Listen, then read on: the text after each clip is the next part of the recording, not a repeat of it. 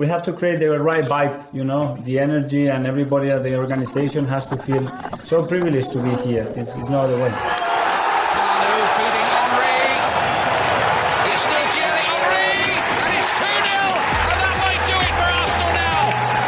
Thanks for listening to the Purely Arsenal podcast. Please follow us on Twitter at Purely Arsenal FP for all the latest Arsenal podcasts.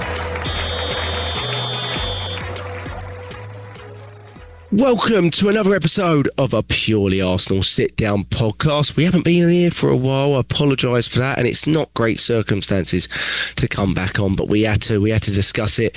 We're here to discuss the 2-1 very, very bitter blow defeat to Aston Villa at Villa Park, and I've got James Johnstone with me. How are you, James? Yeah, I'm better now. I go post game on other channels. We all know this, and it was tough. It mainly the reactions of other people compared to. I thought I was angry, and then I saw the reactions flying in on there, and I went, "Oh no, I'm actually quite calm. I'm all right." It's everyone else that's got a problem, not me. But no, thank you. Obviously, 2 days to digest and process it, so I feel much better. Due to time differences, you've had a day and a half though, so you might. Yeah, not quite as good as you. Yeah, you haven't had enough time. No, it was a bitter blow. It was really tough to take, and we've had that. We've had a few away games where we've had lost goals late and probably dropped 3 points if you look at this one and the Sunderland one, late goals. But then I did mention, we've had it on the other side as well. We scored late at Newcastle, we scored late against City. So when you leave it up to, up in the air, and there's chances on either side, you do always run the risk of that. Liverpool have seen that all season, haven't they, since their start of the season? And I think this was one of those games where we left it, up to the margins a little bit, and in the end it went against us, because it could have easily gone for us on another day, but it went against us. And funny enough, I don't think it was a worse performance of the season. I don't think it was even our set. I thought we were a lot worse against Chelsea, for example, but again, it doesn't matter. We came up against the side that was in very good form and had a lot of belief about them. And credit to Villa, we'll say that. I mean, credit. I don't like Villa, and there's nothing about them that I like, but credit to them. They played the game that they wanted to play, and it came off for them. They conceded a lot of chances. I think they conceded a lot of territory at times, but we weren't able to take advantage of it, and they kept,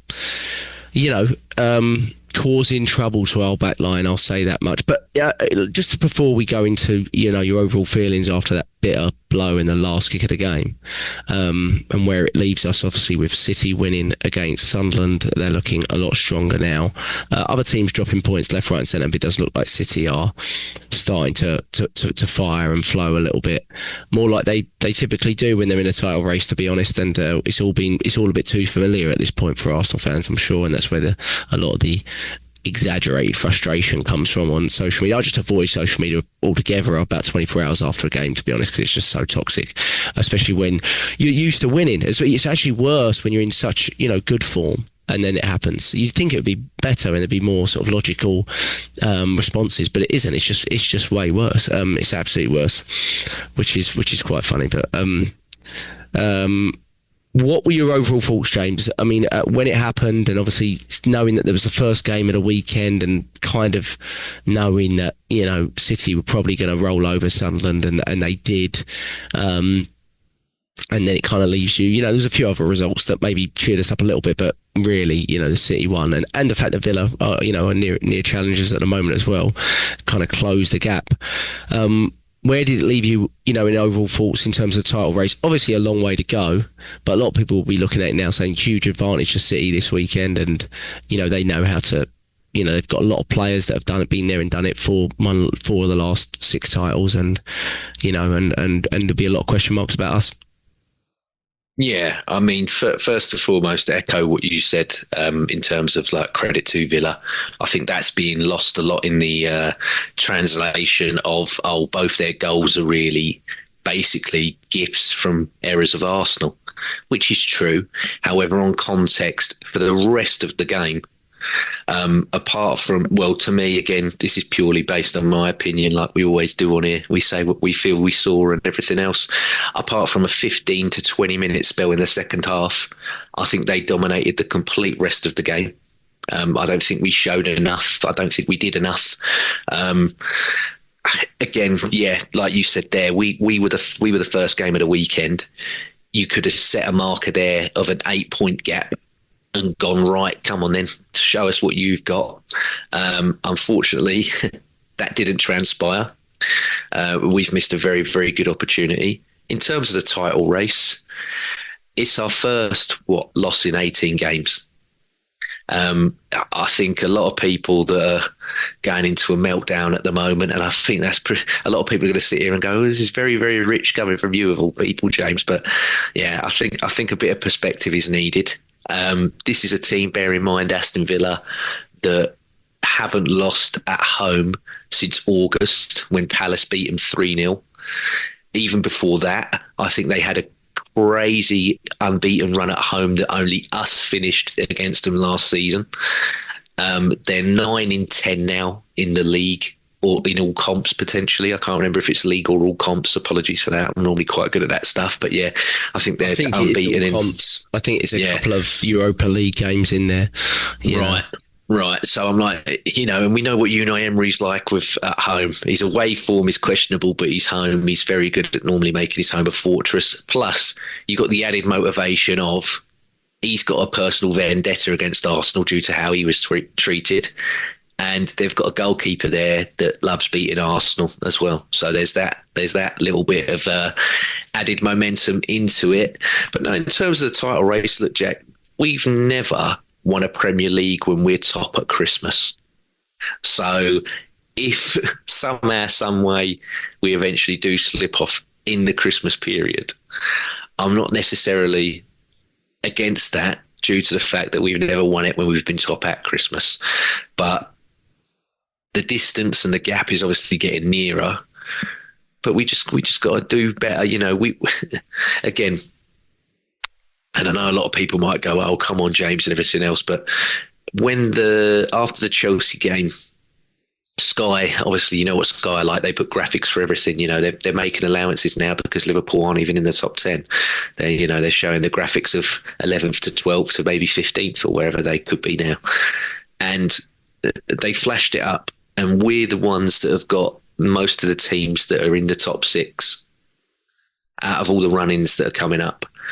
And I'm not trying to make excuses. You know who that's the schedule. You know who you're going to play and everything else, and you've got to do better than what you did. But yeah, it's just a case of managing.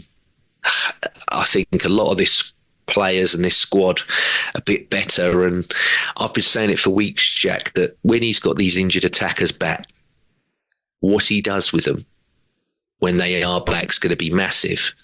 And this was his first real big game in terms of handling all of those, a vast majority of those players that are coming back. And for me, he failed it. And I know hindsight's a wonderful thing. And the lineup was exactly the lineup that I picked. So it was exactly the same lineup that I had picked, and that I believed he was going to play and everything else.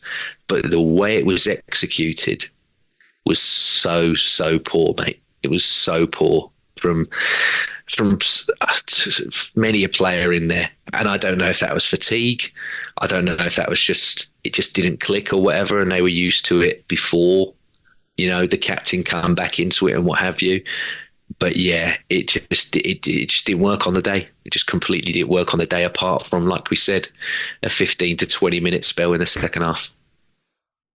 Yeah, I mean, it was a weird game. I mean, that they created 5 big chances, we created 4. I do think a lot of their big chances came, I have to say, I don't think we had a great game, but I do think a lot of their big chances came from just really poor errors from us, to be honest. But it was an error-ridden game. I mean, we decided not to return, hoping that Saliba we don't really know, but hoping that it is a matter of days. The assumption is we decided not to take a risk here. Now, we've heard the matter of days before on Saliba, and we lost him for the whole season. So, but there's a thing there. But the point really with that is where he decided not to do it. Maybe he's been a bit more sensible on it. Obviously, our injuries have been catastrophic, but maybe he's been more sensible on it. I don't know. But to lose your centre-back pairing for games like this and games like Chelsea, which are two of the hardest away games on paper all season, is not ideal. It's not ideal at all. But like you said, all of our attackers, or lots of our attackers, have come back. One thing I would slightly say with it is sometimes hard when attackers are coming back and they're not fully fit yet. I think you can tell with a couple of them they're not fully ready to go yet, and they probably hopefully need this midweek game to build their fitness up, because I don't think Martinelli, Madueke or Gyökeres to me have looked really like they did pre-injury, put it that way. But again, some of them haven't had too many minutes. We decided to play as out left, which was interesting. We've kind of mentioned that and thought about that. I don't think he had a good game, to be honest. I don't think it was just him, but I don't think he had a good game. The first half, surprising. I mean, I haven't got the exact breakdown, but most of the chances in my head on both sides came in the second half, really. I felt like that was where, all the action was, really. But obviously they scored in the first half. We had a sort of warning sign. Matty Cash had a chance 2-3 minutes before that. Great block by Declan Rice, but again sort of leaving open on the far side. Wingers not really doing their job there, in my opinion. Again, when I rewatched the goal, James, I don't think Saka feels himself with glory either on it, to be honest. I think he's sitting in the right back position, and when I was just rewatching it, and this is really the first sort of moments that I've started to sort of rewatch the game, but I'm watching it, and the cross that comes in from, I think it's their left back, but I don't know why Saka's so far away from him anyway. He's got so much time to make that cross. Now, you should be defending it better. It's not a position that you should be too worried about if everyone's following their men. But I don't think Saka should be that deep. I don't know why he is that deep either. I don't know if he would be that deep if it was Timber at right back. That's not really saying too much about Wayne White, because I think he's done quite well over the last couple of games in terms of the fact that he's not played very much. But then after that, it's really poor from Eze, and he knows it, James, doesn't he? Yeah, you can't be completely losing a man like that at the back like that. It's so basic, and you just completely lost him. You're not even tracked him. And look, as much as I love David Raya, and David Raya for me was arguably our best player on the day, because it could have been worse if it weren't for him. To have it go through your legs like that as well is poor from him. And he knew that. He knew that. But yeah, just again, Jack, there's certain things in this game especially where it's just basic application. Like, you're not asking for players to do, to me, I know a lot of people go like, it's very easy for you to sit in a chair as a fan that's not a high, you're not a high caliber athlete in a high pressure scenario. But I'm like, well, this is very basic. All I'm asking you is to either play that man that's on your shoulder offside, or at least track him and go with him. And like you said, there were warning signs of this. I mean, the one even before then that Ollie Watkins has and Raya has to make a great save, Timber and Hincapié, Saliba and Gabriel don't have it. Saliba and Gabriel play him off. He doesn't get through. He doesn't get through to even have a shot like that, because they just completely shut him down before that scenario even happens. And them two were just chasing shadows and falling over. And yeah, the big one for Eze, Jack, all I can remember specifically about him first half before he got hooked, I mentioned it a couple of times, and then you joined in, and I know Neil and Mike did as well. But I'm like, if you got studs, like, change your boots. He just every time he just kept slipping the whole first half. He just kept slipping over. Well, it was very slippery, wasn't it? I mean, you saw the one from Raya where the ball almost went over the line. It kind of slid off. I mean, they did say it was. I don't think they watered the pitch. It was pouring when it apparently before the Villa game started. So I think maybe mate, every time you look at Aston Villa, I don't know what it is. I mean, I went there once as a kid, and I just remember it being freezing grey, and I wanted to come up and I wanted to get home as soon as possible. I think it was the year we lost 1-0 in the semi to Man United. Van Nistelrooy destroy header. Oh, I think it was. Yeah, but I just remember being like, I want to come home. It's freezing cold. It's grey. I don't like it here. I don't like who we're playing. Don't worry about that with it being rainy up there. I don't think I've ever seen Aston Villa in the sun. No, I've been down there a few times, and it was freezing cold when I was down there as well. But yeah, I mean, we sat too. I mean, before that, we had a couple of lovely moves, James. Before the goal, we had Saka's shot from the edge of the box, and you know what? There were a lot of things to look at and question in this game, and my brother was ruining Saka. Yeah, he was, as he usually does, blame Saka for any drop points in any game. But I was actually, as frustrated as I was with our poor finishing, and I think Saka was part of that, because I felt we had so many chances in and around the edge of the box in this game that I actually likened it to the Tottenham game, where I was like, if we just had someone like Eze did in the Tottenham game, well, I actually think, James, like, as poor as we were, and you felt Villa dominated. I'm maybe not quite as heavy on that, to be honest, until the last 20, where I felt they did, and I felt it was fatigue ridden, to be honest. Before that, I didn't think we were great, but I felt it was a very back and forth game. To be honest. But I honestly felt, even in first half, I was like, oh, why can't we finish from the edge? I mean, we were so poor. Our shooting, Odegaard probably the most guilty of it, but our shooting collectively was so poor from the edge, I thought. And I know Martinez is a good goalkeeper, but you got to make him work. The only shots I remember making him work was Saka's in the first half and Odegaard's in the second, the one that got tipped over, which was a great shot, but he had 2-3 more that were just really dreadful, and he probably had a lot more time on those and things like that. We had that one great move where Eze was offside, very similar to the goal actually, where Eze was offside. No, sorry, Saka was offside. But if we talk, not too many positives, but if we talk a little bit of positives, I did think that sort of right-hand pod that we've lost for such time now, because obviously Ben White's not played for very long and Odegaard's not played much at all in the last sort of 6 months. I thought there was some green shoots there, James, and even rewatching it back, I felt Saka was without doubt our most dangerous attacker, even if he wasn't producing, in terms of his final output, created the goal. Doesn't get that assist, I don't believe, because of a touch from Martin. The assist rules are a joke, by the way. I mean, I don't know what gets an assist and what doesn't anymore, but whatever. But I thought he was dangerous enough. It felt to me like, oh, I'm watching the old Saka here, and that part of it, even if his finishing was poor, even if his sort of full production was poor, I was actually quite encouraged by that. What I was really frustrated about was why he came off. It was just never a game I would have taken Saka off in personally, James. Yeah, especially like you said, he looks better than what he has been for the last couple of weeks. Yeah. Again, it's really tough because he's a guy that when you do critique him, you have to be so careful, because sections of our fan base just think that you just got it out for him. It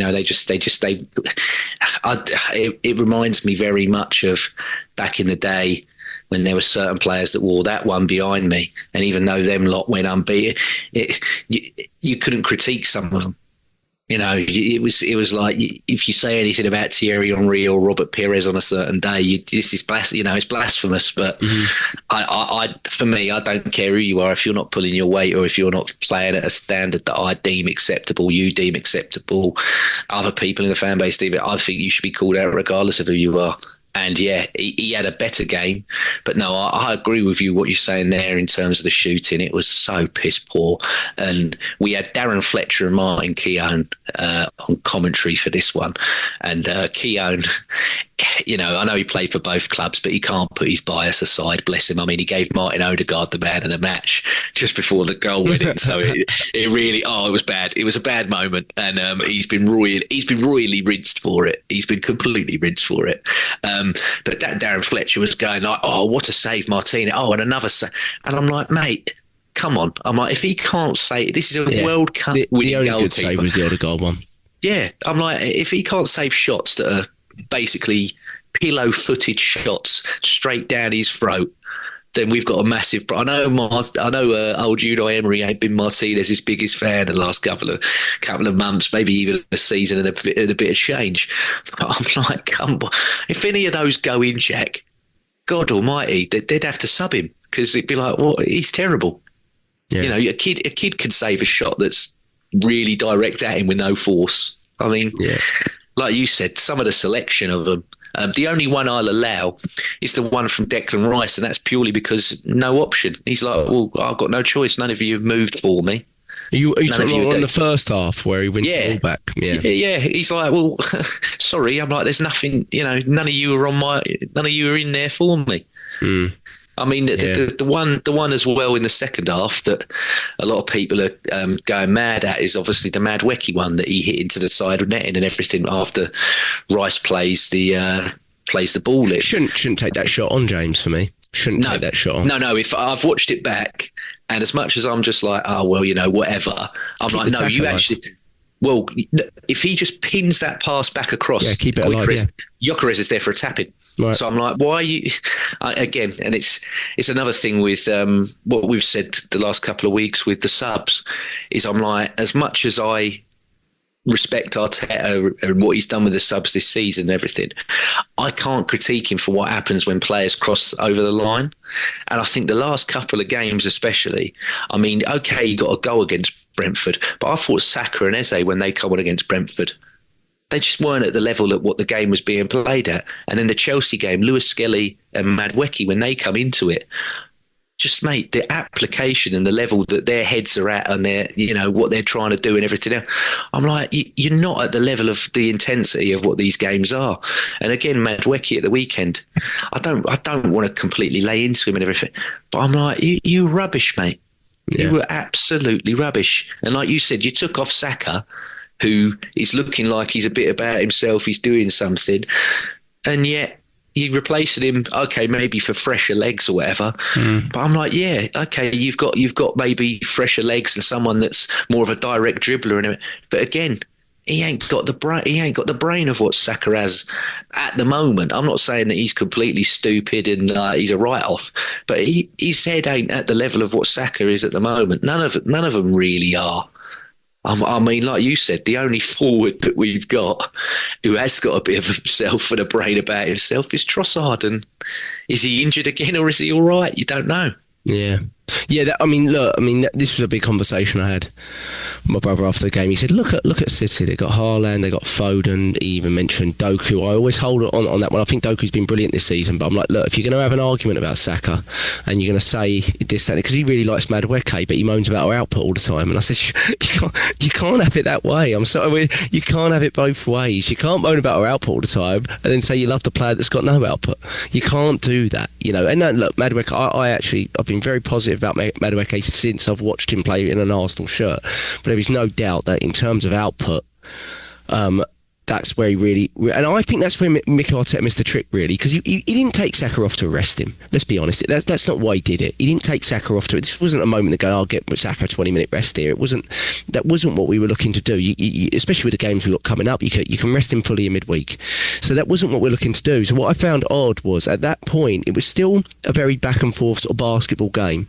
We were probably in the ascendancy a little bit at that point. It was kind of Saka's, with Saka's substitution, I felt their sort of domination and chance creation started to build. But for me, I don't personally trust Madueke in those types of games. I'm not bringing him on in that game or the Sunderland game. Where you're trying to hold out for a win.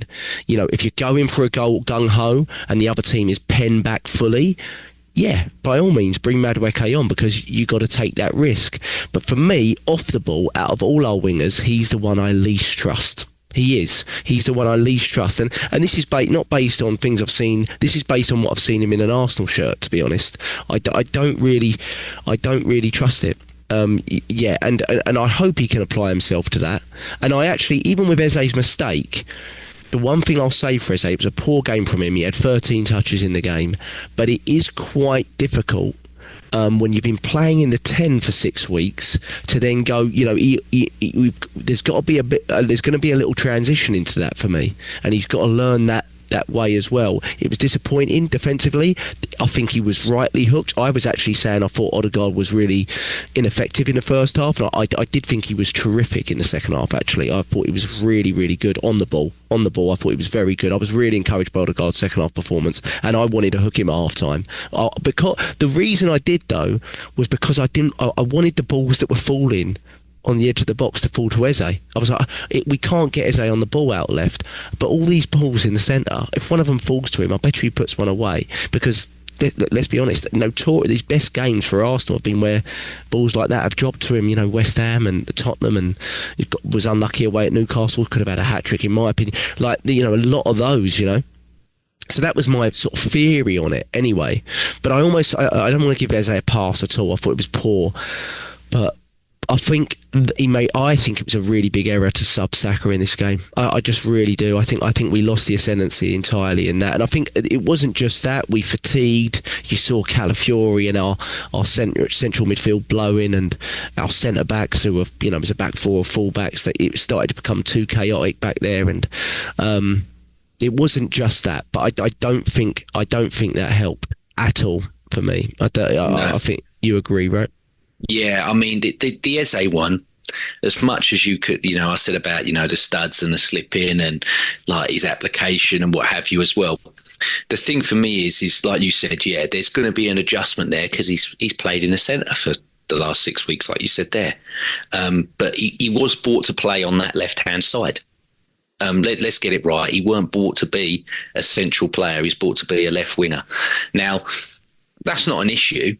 The thing for me as well is, though, and I don't know if it's, again, I don't know if that's him himself or if that's a coaching thing, but Calafiori and him on that left-hand side at the weekend, Calafiori didn't half do any of that inverting and coming centre when it was Trossard. Now, I don't know if that's because he has more faith in Trossard to be creative in the area that Calafiori wants to run in, or Trossard is like, don't go into that space. That's my space. Don't go in there. Yeah, because if you look, and I wish I had it, Jack, and we could share a screen here and we could give, Neville and Carragher a run with their money with the old little pen and everything, and I could show them. But Eze's heat map at the weekend, if you can get it, I use SofaScore. There's other websites available. We're not trying to promote anything here. We don't, it's completely free. We're not trying to get you to buy anything or subscribe to anything other than this great channel. But if you get his heat map up, Jack, he's so retaining width and not coming. There are barely any touches of him being centre, like you said, in the position where he wants, because Calafiori's doing it.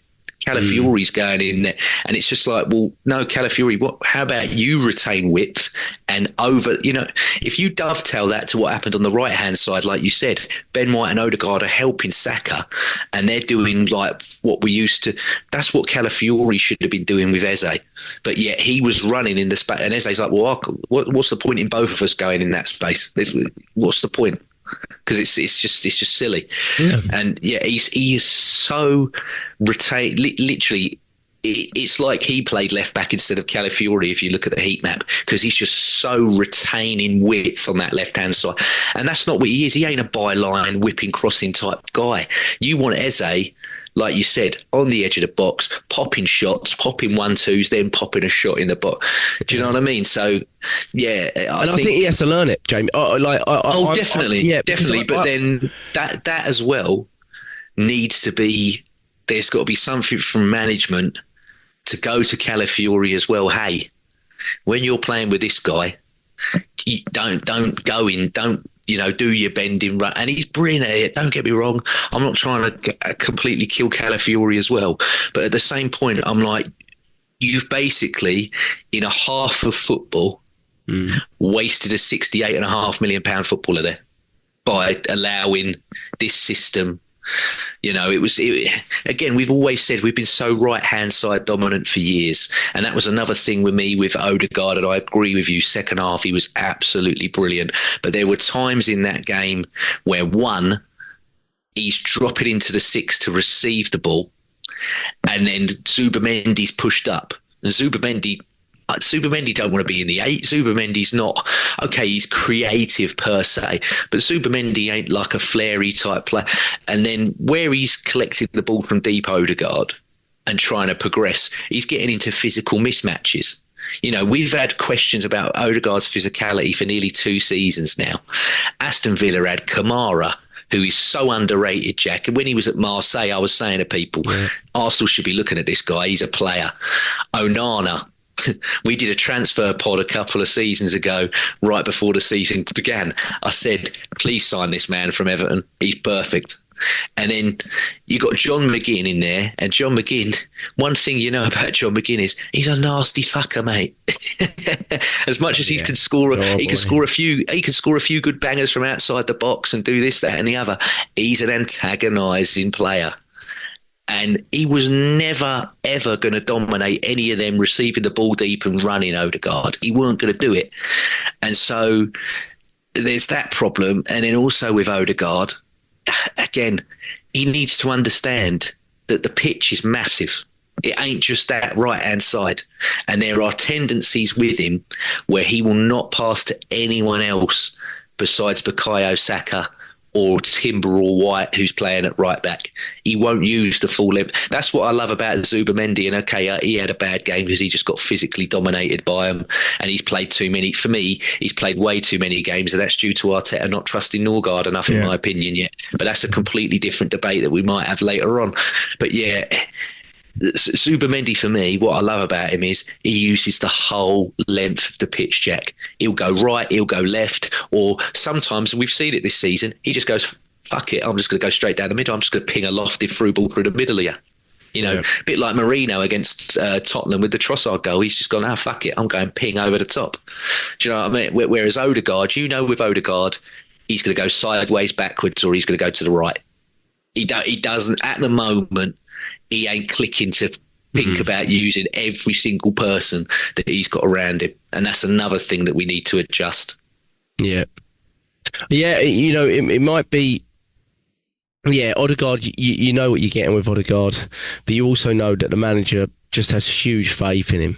And I think this was another sign of that. If you thought Odegaard was going to be... You know, I never thought Jack, Odegaard I've seen people saying about it, this guy's a write-off, and but no. No, behave yourself. The manager's got huge faith in him. He's going to play, when he's fit, he's going to play the majority of the minutes in that 10. And that's why Eze has to learn that left position. And, you know, he's had a 6 to 8 week period where he's covered really well for Odegaard in a very different way. We've played in a different way. And what's fantastic about that is we know, with Odegaard's fitness being what it has been, you know, quite unreliable over the last 6 to 12 months, that we have a genuine alternative option now, which we never had before, and that's full credit to Eze. But really, like you said, he was bought to challenge for that left side. He really was, because there was no way Mikel Arteta thought I'm bringing in someone to maybe thought, you know, can do that like he has done, but he, you know, from a starting 11 point of view, no chance that he thought bringing in Eze was to take over Odegaard's position. And those fans that think that, they're delusional. It's just not the case. It's just not the case.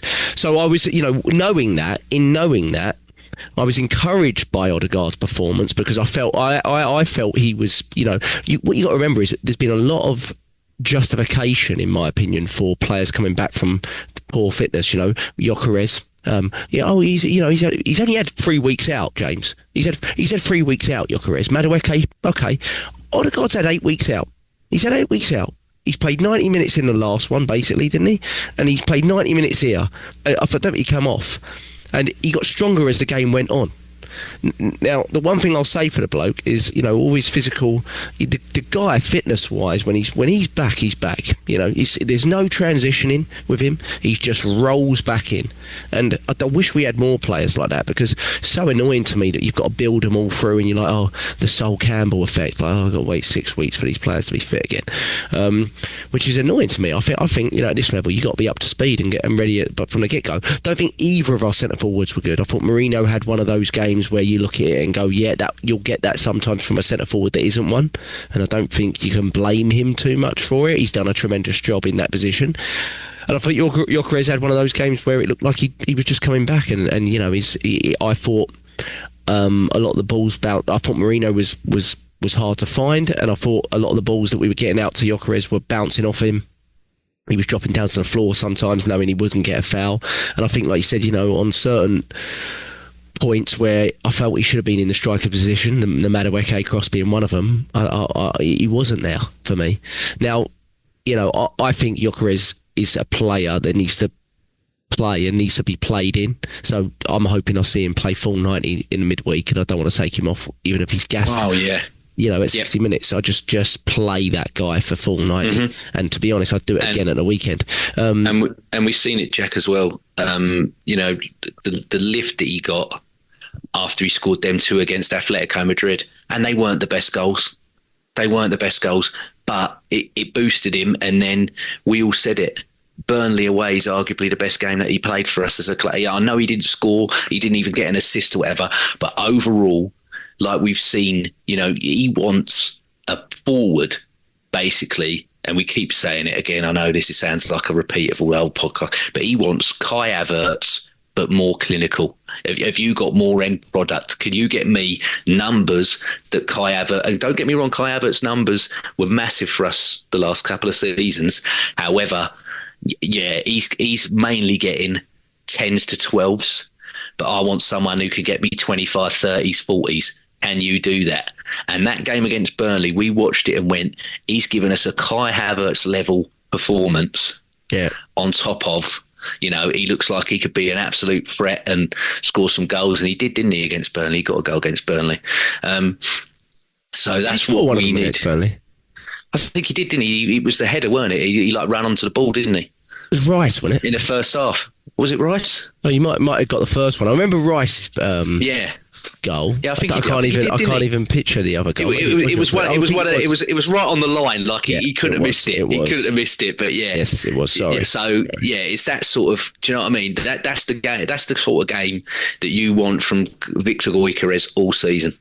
Yeah. All season. And I know he can do it. We've all seen it. We know he can do it. So yeah, in midweek, Jack, I don't want to see anyone else up front but him. Yeah. And like you said, you're playing the full 90 minutes, mate. Yeah, exactly. And the one thing I would say, I mean, it's small sample size, but I don't love the combination of Odegaard and Merino, because I think when Odegaard plays, he wants runners, he wants people running off into channels, and Merino won't do that. He'll come short, and I just don't think it's a great combination, to be honest. I don't. It doesn't feel quite right for me, and that might be something to think about going forward. Like if Odegaard's playing every minute, we might need to start to roll Gyökeres back in and get him more minutes at centre forward, which I think the intention is to do. Every sort of drop points, I have to go back to just being extremely frustrated at the continued absence of Kai Havertz, because I still think he's his starting centre forward, and he's played 63 minutes since January, and I think it's just shocking, you know what I mean? And I think the transparency around that has been pretty shocking as well. Minor knee procedure on August 29th, and here we sit 3.5 months later and none the wiser. Well, you get better updates about Kai Havertz from Nagelsmann than you do Arteta. Yeah, I know. That's it. That's the thing that drives me mental. I'm like, hang on, how does he know more about him than you do? You see him every day. Yeah, and that's the slight thing. I mean, slightly off the game. Yeah. But I know the next internationals are not until March, so I guess the next Kai Havertz update we'll get is from Nagelsmann in March before Germany's next people game. Saying he'll be back before Christmas, but I'm like, I don't think there's any. We don't know anything, so I don't. Until he's back, you can't really consider him part of. The setup and stuff like that. It's been so long. You're in Tomiyasu territory at this point. I really do think that. So just, wait and see what happens. We're obviously holding him back for whatever reason. We'll have to see what happens. But look, I mean, in the first half, we obviously, we talked about the goal, and the I think both wingers are slightly culpable, but certainly Eze more so, and he got punished for that by coming off half time. We had a couple of chances in first half, like the one that Saka cut back to Ben White, who I think should do better. Saka's strike from the edge, which isn't bad. Odegaard had a few. Rice, both Odegaard and Rice could have possibly done better. For me, from the edge, a lot of shooting from the edge, and obviously the Eze offside. But it was really when Trossard came on, brought Gyökeres on, there were kind of subs we were asking for. And Trossard just, he was an immediate impact. I mean, he had a left foot volley just past the post, I think a minute or two in, and we just felt more comfortable. It was like bringing on your best player. It really was. It was like you brought on your best attacker. Now let's start playing, kind of thing. And that is quite amazing to say that, but that is pretty much where we're at with Trossard, I think, at this point. He is our best attacker. He's been our most on-form attacker all season, and we play our best football when he's starting, and that's just it. And he knows how to score, he knows how to chase games, he knows how to finish. He's not dumb like a lot of our forwards up there. They're just silly, and I think Saka's fallen into that bracket, which is my most frustrating thing ever. I'm like, I always relied on Saka being the clever, clinical. Intelligent, the clever, intelligent player when it got to the final third, and I think he's been lacking that. Certainly, I mean, I'll give the example of the shot from the edge of the area in the second half that dropped to him, which was where the goalkeeper was all over the place, and it's going wide. His shot's going wide. I know, I think it's Kamara or some blocks it, and everyone said, "Oh, it wasn't. It was going wide. The shot's going wide. Why aren't you driving that into the corner, Sacks?" It's the choice. It's the choice, Jack, as well. The goalkeeper's on his arse on the floor, and you got two players there that are blocking.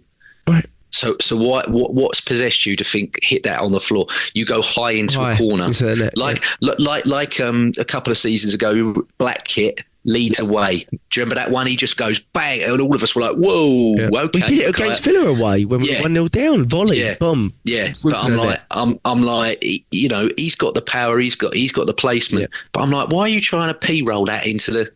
I'm like, we really need him. It's really silly goals, mate. Because even the Brentford one, he scored against Brentford, but again, it's not a great finish, James. He missed a couple earlier before that. If it didn't go in, Gyökeres has got to be screaming it, because I'm like, again, it's the Arsene Wenger. It's the Arsene Wenger time and time again. If your teammate, if someone else is in a better position, make the better choice. Don't be selfish and make the better choice. And okay, his little bit of selfishness there did pay off, but I'm like, mate, he was right on for a tapping. That was the better choice to make instead of shooting. But who am I to judge? Like I said, he's the player. But again, and this is the argument that we were saying earlier in the show. For me, his new contract, if you're getting 350 grand a week, you've got to start delivering it. You got to be playing like a 350 grand a week player. I'm sorry. Of course. And at this moment in time, he ain't. Yeah. But none of them are. Trossard is. Yeah, Trossard is. But I don't think Trossard's going to be given another new contract bump, but he certainly ain't going to get 350 grand a week. Yeah, I mean, our attacking stuff relies heavily on Odegaard and Saka hitting 2 year ago form. It really does, because I think for all the firepower we've bought and the depth that we've bought, we know what we're getting with Martinelli. I actually think he's a really good impact. He wasn't in this game, but a really good impact player because of his speed on transition games. I can actually see why a sub like this in this type of game might work, but it didn't really. But he didn't have much time. He had 5-10 minutes, to be fair. So I'm not going to knock him for it. But from the start, I think we he's a bit one dimensional for me. Martinelli, it's just easy to play against. But what we're really looking at is we need to get Saka back into full form. I think the argument that sort of Madueke is going to start suddenly finding output, at a rapid rate, I think is optimistic at best, to be honest. I really do. You want him to be able to provide good support for Saka and be able to come on and do better than what he did yesterday. But I don't think we'll get much more than that from him, in terms of output, because he's not really proven to ever offer that. If he can get us 5 goals, 5 assists this season, I'll be absolutely ecstatic.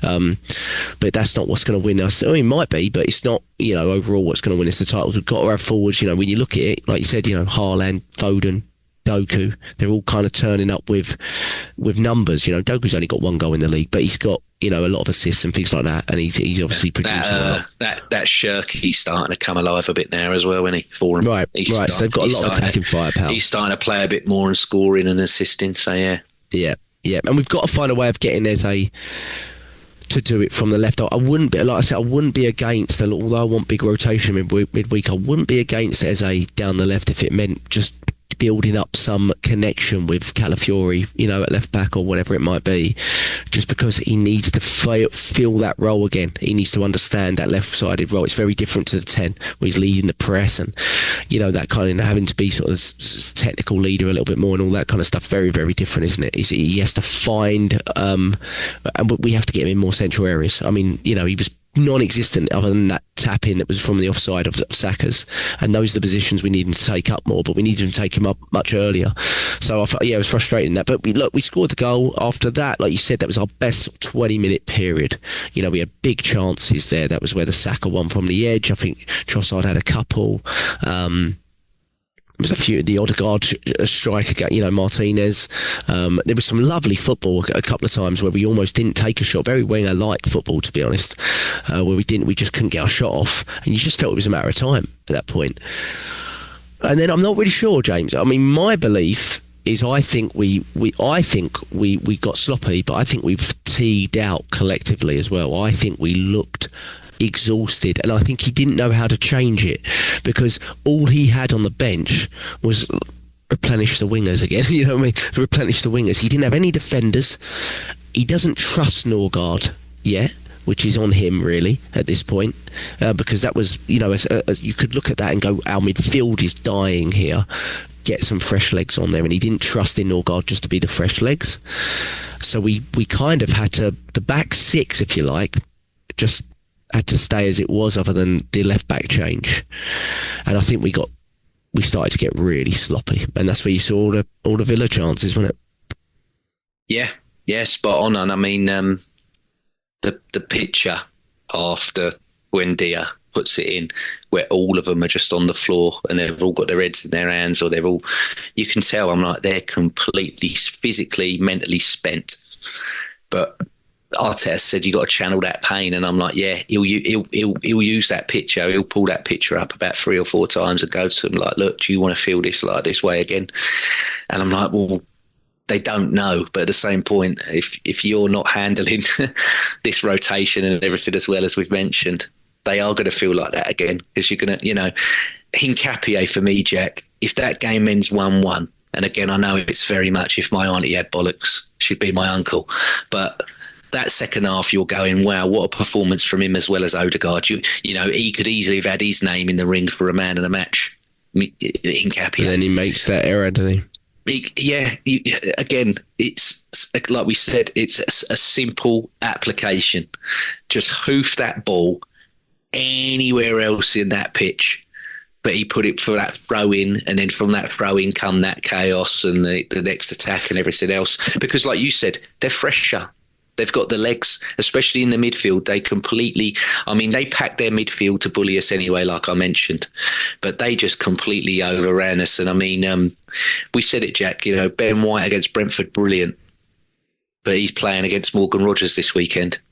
And can he handle, you know, he's playing against, like we always say, fast, tricky winger. Yeah, and I know he weren't terrible, but at the same point, I'm like, Morgan Rogers, what a player, by the way. Mm-hmm. You know, we're talking about how we're struggling. Gave us a lot of trouble again, didn't he?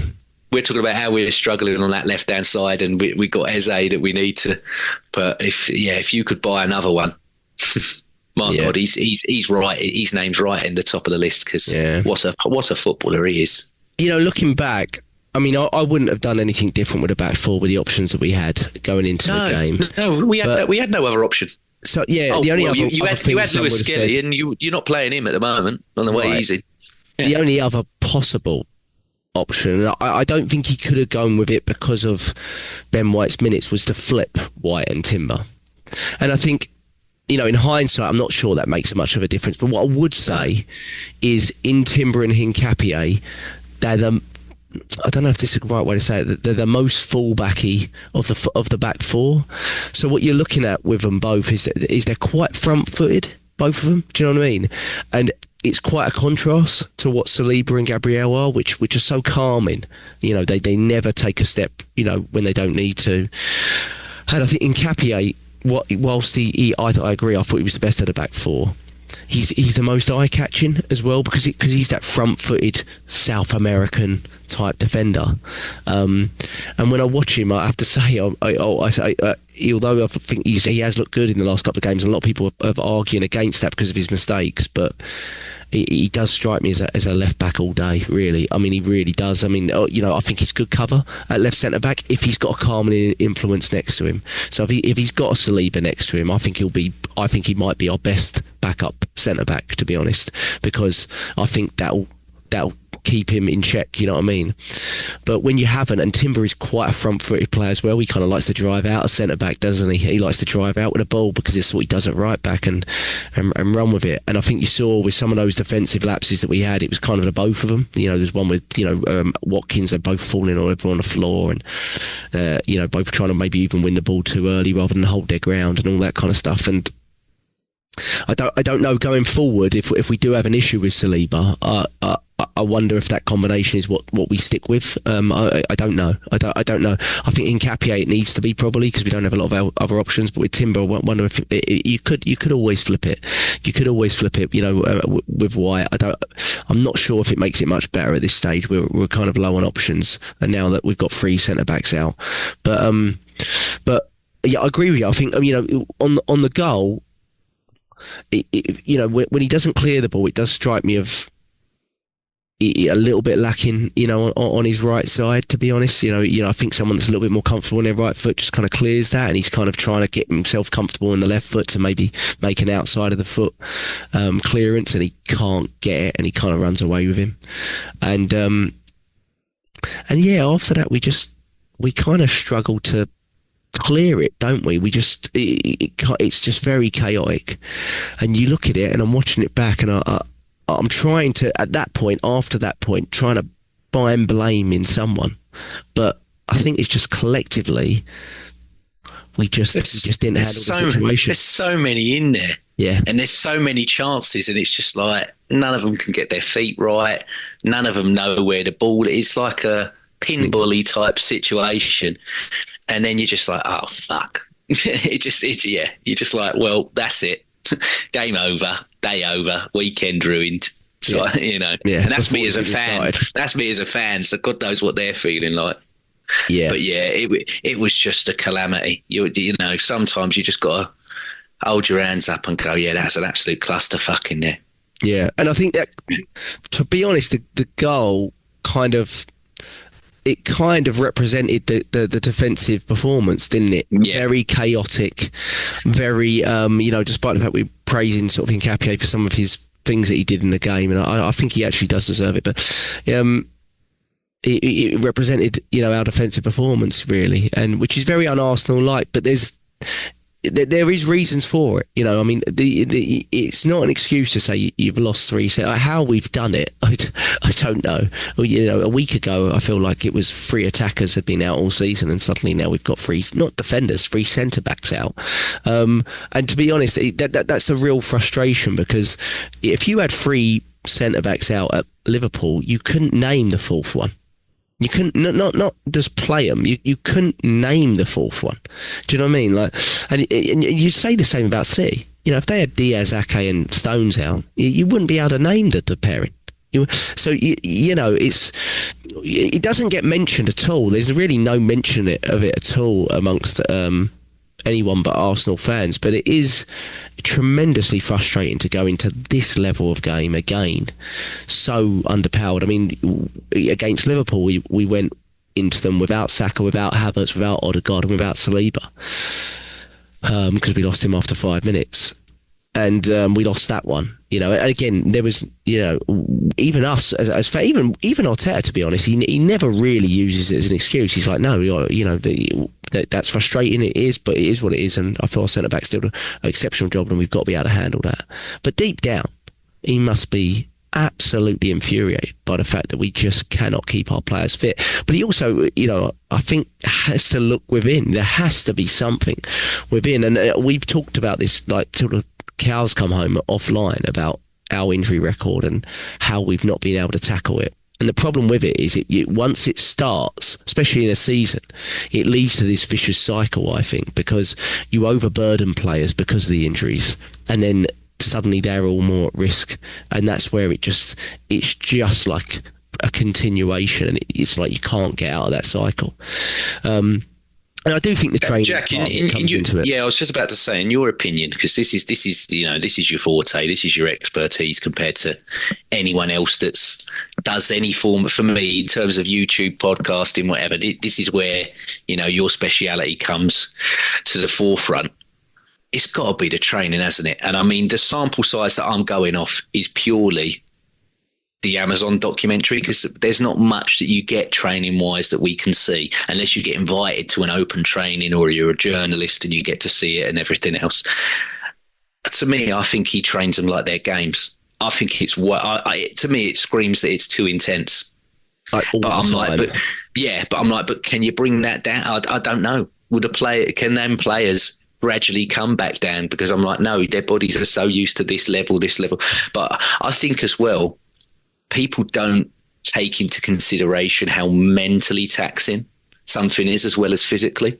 And that's something I was messaging you midweek, because we've seen it now. He's got drones. He's stopping. Now we're going through this scenario. Do you know what I mean? And the preparation, I don't think it's like Unai Emery levels where he's giving them USB sticks and telling them to watch it at home, because we knew that was something that come out after he left. A lot of the players were like, fuck off, I'm not taking stuff home with me. When I'm home, I'm home. I'm not doing more bloody research in football like jog on Unai. I'm not doing it. But I believe as well, mentally, it's just as taxing as the physical aspect, because you've seen it, he's so obsessed with duels and these second balls and this, that and the other. And that was something as well. Didn't win enough of them second balls at the weekend. No, we were so sloppy with it. Exactly. But I'm like, I think the mental taxing on their body and their brain and everything as well, I don't think that gets taken into account enough, because... Well, I think the epitome of what you're saying, James, is when we went to a warm weather training camp for, let's be honest, a break, and we got a grade 3 Kai Havertz hamstring tear. Now, you don't get a grade 3 hamstring tear, I can tell you this much, unless you're really intensely working. You don't. It doesn't happen unless or you've done something really silly, which players would not do, in that environment. So, I think without doubt, I mean, it's really hard because we don't know. We don't have the full view of it. And the problem with Mikel Arteta, my biggest criticism of him in terms of injuries is his lack of transparency. And by the point of that is, I think he's gone from not wanting to reveal his starting lineup to a point where we're not even revealing what the injuries are. Like, we don't know what Saliba's done. We don't know what the body part is. We don't even know if it's a physical orthopedic injury. For all we know, it's an illness. We don't know anything. Nothing. All we know is it's a matter of days, which have now already become weeks. So we don't know anything. And I think if I'm the medical team for Arsenal, I'm not sure I'm very happy with the complete lack of transparency that Mikel Arteta is providing, because all it does is just put so much pressure onto the medical team, because suddenly people start basically get positive inclinations from the very little information that they're getting, and they'll preset dates for players that are non-existent or unconfirmed, and then if that doesn't occur, it's going to fall back on the medical team, and I think I'm all for not revealing. I love actually, that he doesn't want to reveal what his squad is or lineup is. I've got no problem with that, but I think he's taking it too far, because now what we're getting into a stage of is we really have no idea how a player has got injured, what the injury is, whether it's physical or systemic or general, a medical condition, what it might be. And that allows, with social media and everything like that, it just allows an infinite number of ways of looking at it and interpreting it. And I don't think that does the medical team's credibility any favours whatsoever. And I'm not going to sit here and say the medical team's terrible, because I don't know what they're doing. But what we do know is we're getting way too many injuries in comparison to the other big teams that are playing similar amount of games at a similar level of intensity that we are. And it's not just in this moment, this has been going on for 18 months consistently, and that is a long period of time. And you know, it's and like you said, a lot of those injuries have not happened in games. You know, they've happened off of the pitch in training, you know, whatnot, the Kai Havertz one, other ones that we can, I'm sure, repeat. A lot of muscular injuries, you know, 3 grade 3 hamstring tears in a season, unheard of in one team as far as I'm aware.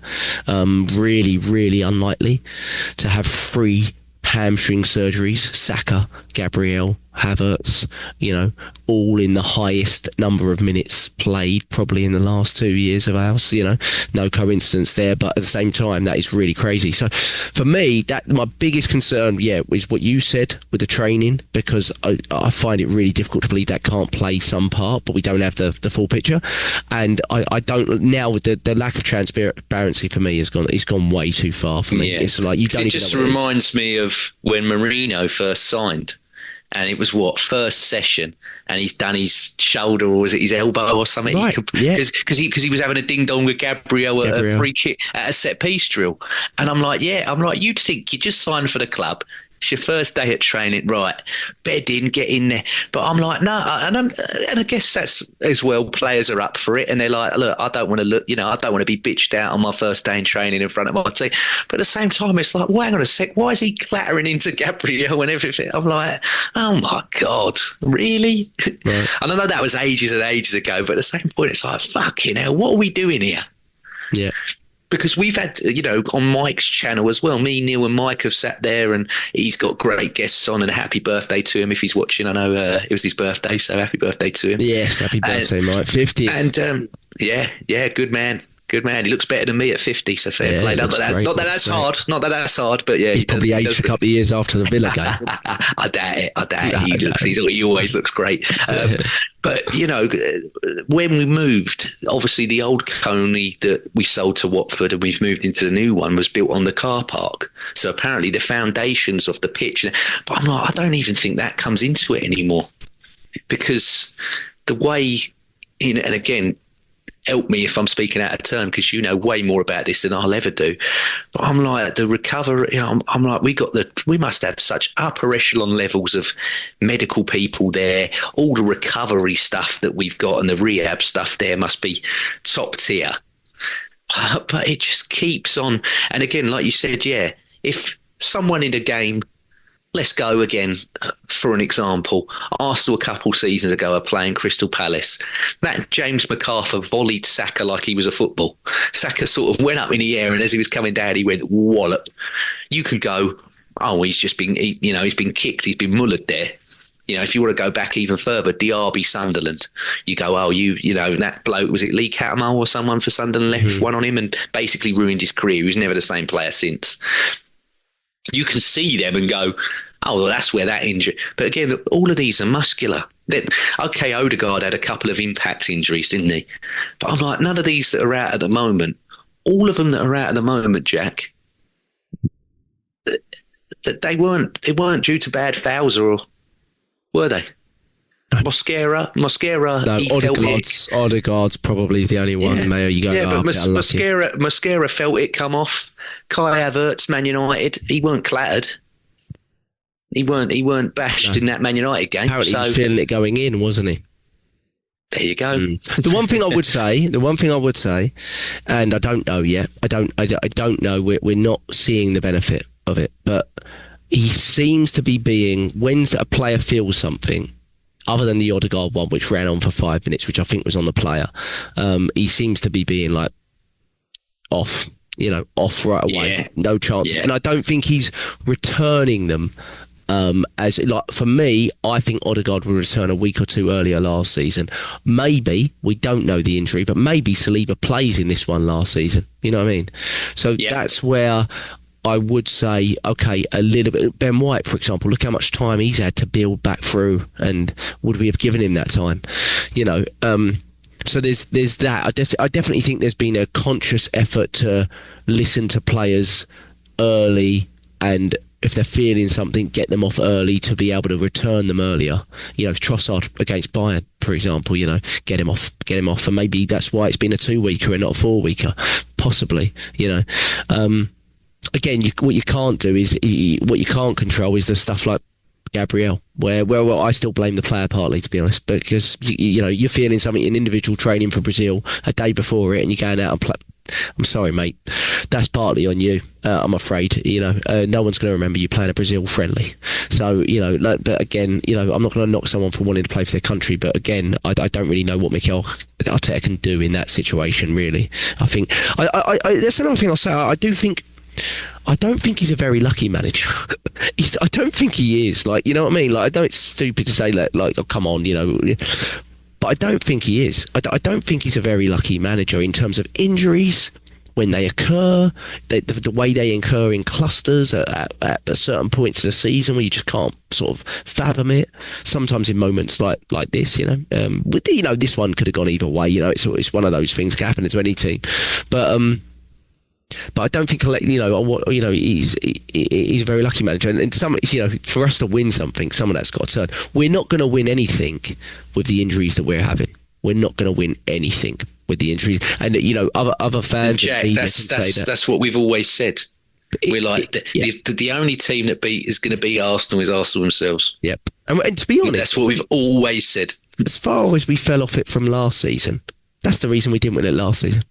It is because the injuries were even worse last season, and they were so bad in certain areas. It was unbelievable, and to all our key players, and that was I think that was a big reason we didn't, at the very least, challenge properly last season.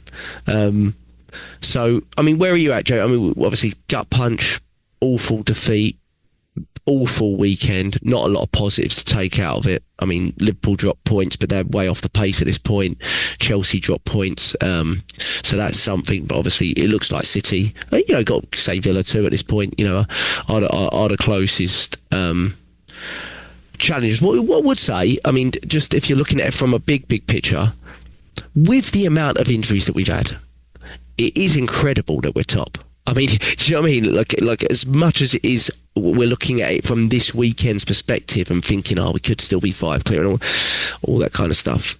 With the amount of injuries we've had in comparison to City, for example, who've basically had Rodri and waiting, and I think Aït-Nouri out, who we don't even know is a starter for him yet. I mean, they've just signed him. Basically, other than that, they've had all their players fit, as far as I'm aware. And all their starting players fit. They've had few fringe injuries, but not like where we've had. So in that sense, James, and we've got a lot of the bigger way. City haven't had necessarily an easy start either, but we have got a lot of those bigger way games out the way. We've got the Newcastle, Liverpool. Frustration again for the Liverpool one is City come up against Liverpool at this point. They're coming up against a completely different Liverpool to what we come up with. So it's all about time. They haven't played Chelsea yet, I don't believe. So there's there's that as well, James. I mean, I don't think you can look at it too much that way in terms of the fixture list, but I would say in terms of our hard away games, we've got a lot of them out of the way in terms of those sort of top 6 ones anyway. Yeah, I think the hardest away game that we got left now is the Etihad, isn't it? Yeah, and Tottenham away. Because it's one of them now where it's I've got people saying, if Man City win all their games, they're going to win the league. I'm like, yeah, but it's the same for Arsenal. I'm like, it's exactly the same. For me, I think, Jack, that one at the Etihad, and we were close last season, and that was with 10 men. So I don't think we could go up there and play for a draw anymore. I think mentally wise. When's that game though, James? I haven't got a clue, but I think we got to go there and win it. I really do. I think that's the level now. Is that like I said, that's our first loss in 18. We need to go on another little mad run now, as best we can. I really, that's what we need to do. And I said it against Sunderland. I said, look, result, not the performance, chalk that off. Chelsea, I said, result, not the performance, chalk that off. Done it the same with Brentford. You can't chalk it off now. You can't. You got to really regroup, and you got to show us something. And midweek, for me, Jack, Oh, and yeah, again, we get there. I'm trying not to be completely dismissive of Brugge or Bruges, whatever you want to call them, whatever way you want to go about it. They beat Barca, didn't they? Yeah. Look, I'm no expert. My level of football, especially European football, does not stretch to the Belgian league. I couldn't tell you what paywall that's behind for me to try and even find the Belgian league. So, but at the same point, I'm like, I want that heavily rotated, as do you, I guess. And I still think even with it heavily rotated, we've got enough there to get a result. And then just roll on Wolves at the weekend, because they play tonight on the Monday Night Football against Man United. Yeah. And if they get anything of a positive result there, you know what it's like. They've been dog shit all season, but they could get something out of Man United tonight, and then when they play us at the weekend, they're going to look like Barcelona with Messi, Xavi, Iniesta, Busquets, Puyol. They're going to look like the team, and they're going to look like amazing, because that's just how Arsenal are. It just happens like, all of a sudden you've been shit all season, and you play us, and you're clicking, and everything's perfect. So, but no. Midweek, let's stick with midweek first, get that out of the way. Just before I get your line up for midweek, because I do think it's worth probably just doing for 5 minutes.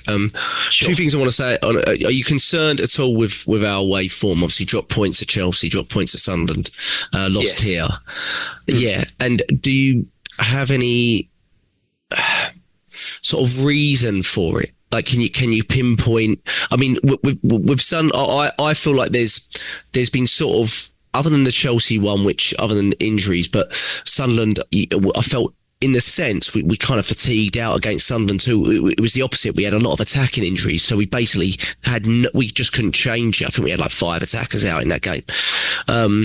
And you could tell we were just trying to see it out, and he brought on the extra centre-back, which I think was another mistake sub-wise. And it had some similarities a little bit to this, not as a topsy-turvy game. But can you pinpoint it? Because it does feel a bit concerning, our away form. It's not been terrible, but we've dropped some points in the last 3. I think we've just been, like you said, he's an unlucky manager, and we've really rode our luck in all of them games.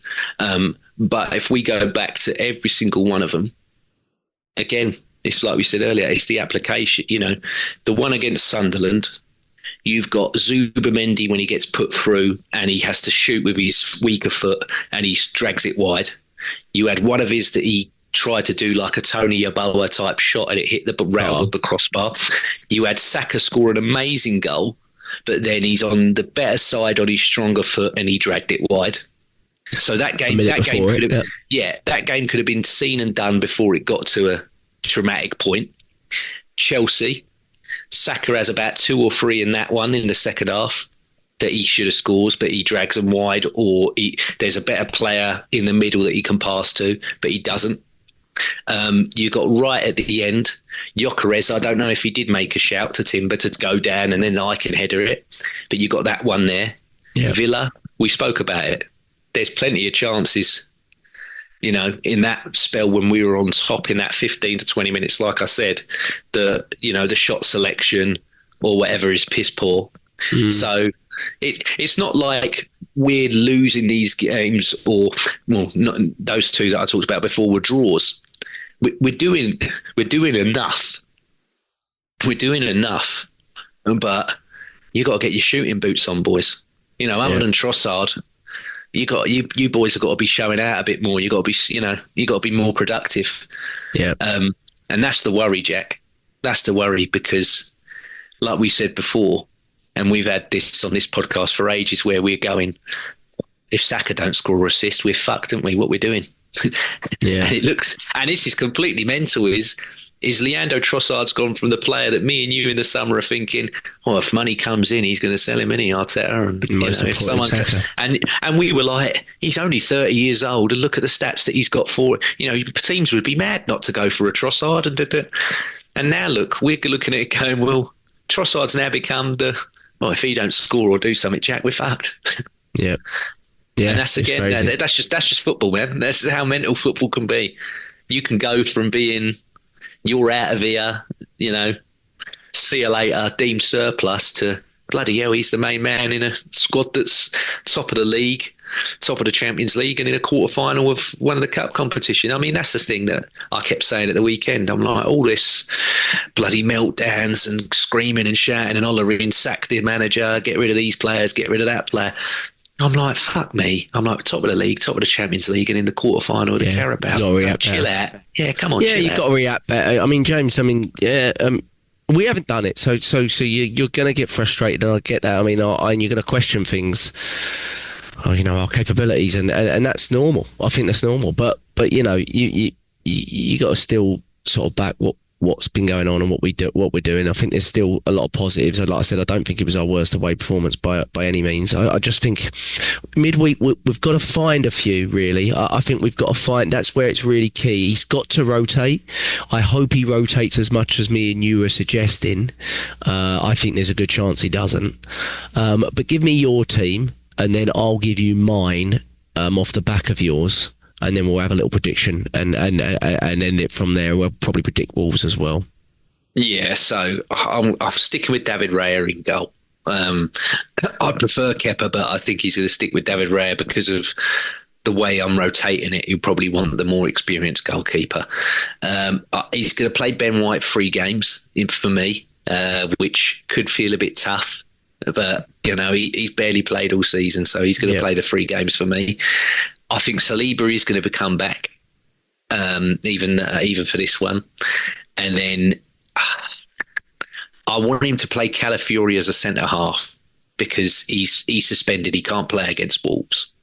So I'm thinking play Calafiori as a centre-half with Saliba, let Hincapié be on the bench and have a rest.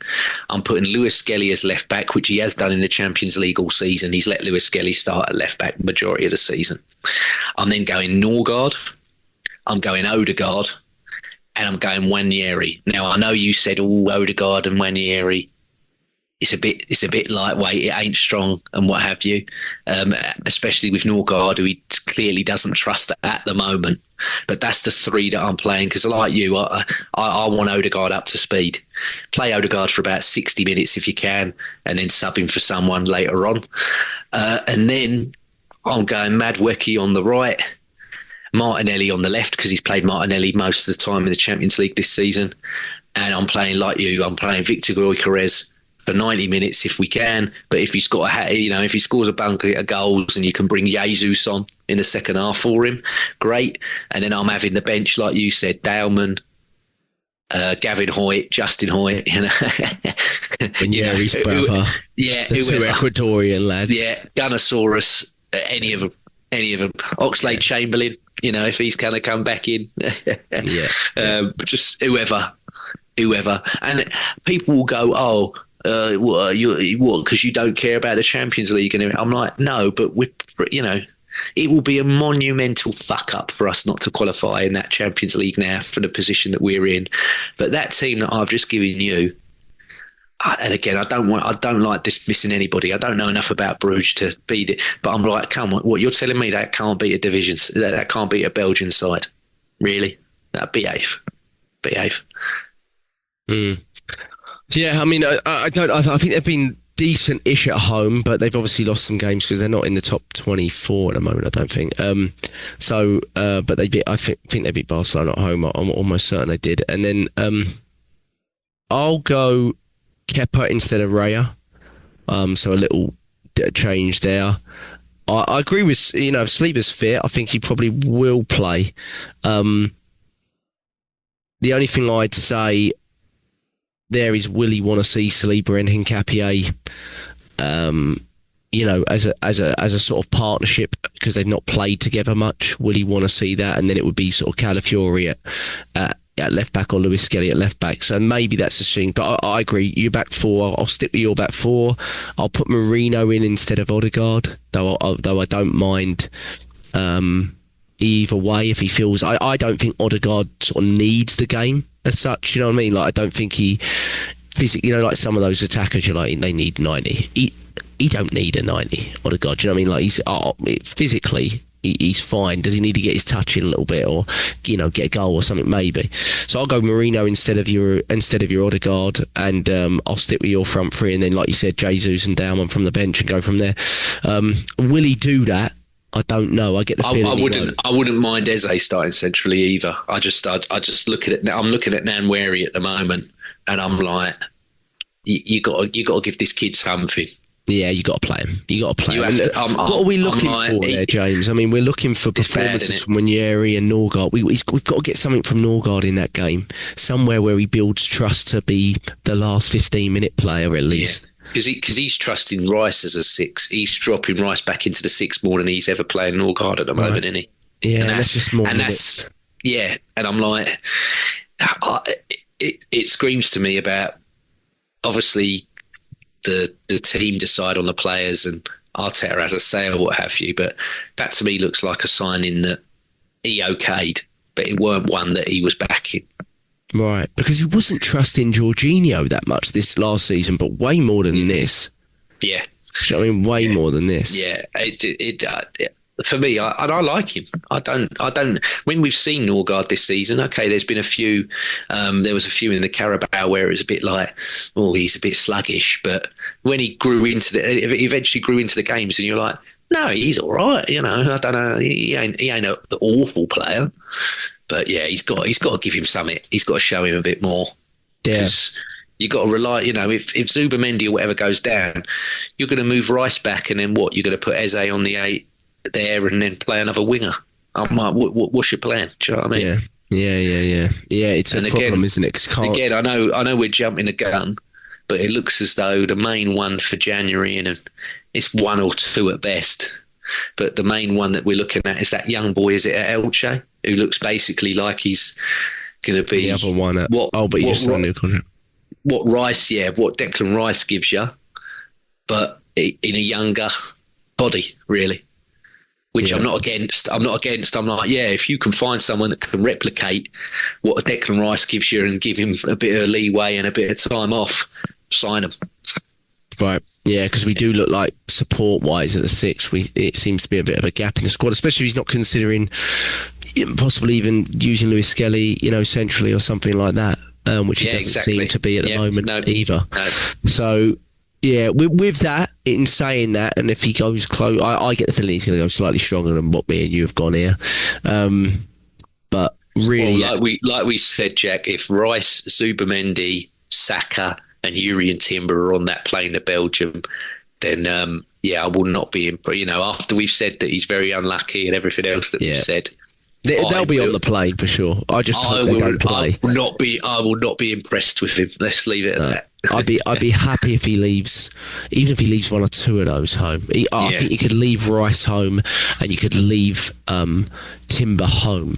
You could leave them home and just say just have a few days off. They should not be watching that game anywhere else but their own sofas, mate. I'm afraid, in my opinion.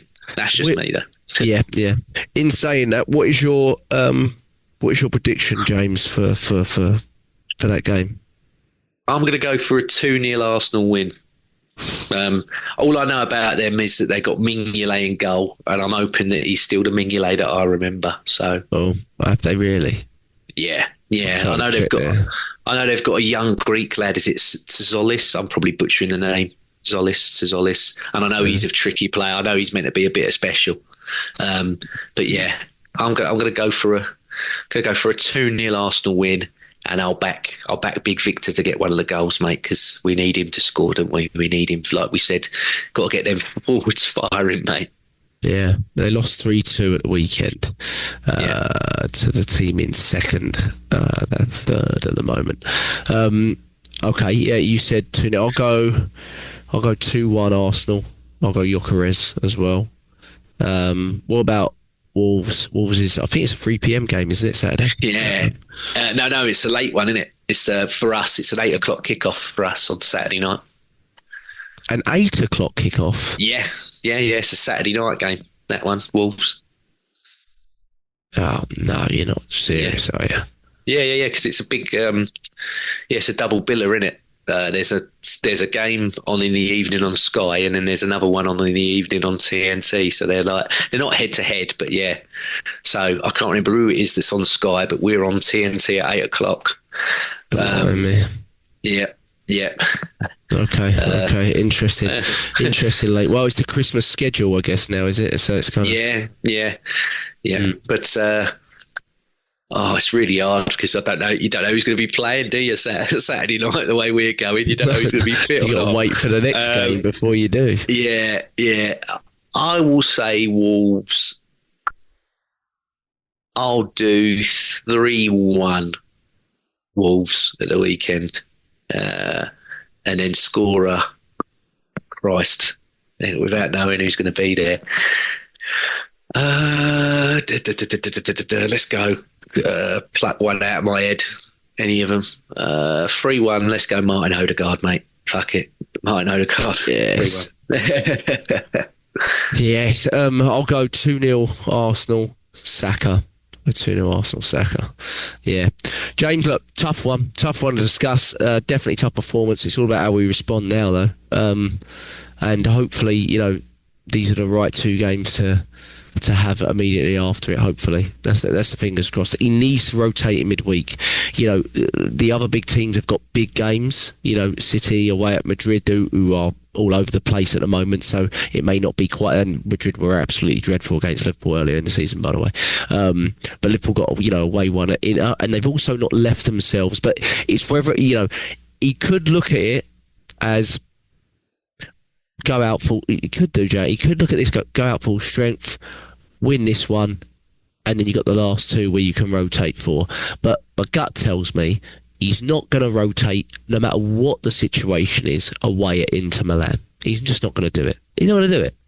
So for me, for that reason, plus the state of the squad at the moment and what we've just come off, which is a really tough 2 weeks in my opinion. This is, sometimes it's all about judging the moment, and we're in a moment where I think we need to rotate fully. If we had everyone available and, we just come off of a couple of games, home games in a week and all this, different story. But I think it's really fallen into a place where we basically have to rotate. And I hope he takes advantage of that and looks at it and goes, look, if we need to get a result in the last two, then we'll go and get a result in the last two. And this allows it. I think we've allowed ourselves that leeway. I don't know what the Champions League table is, but I think we're comfortably at the top at the moment. So that's where we've allowed it.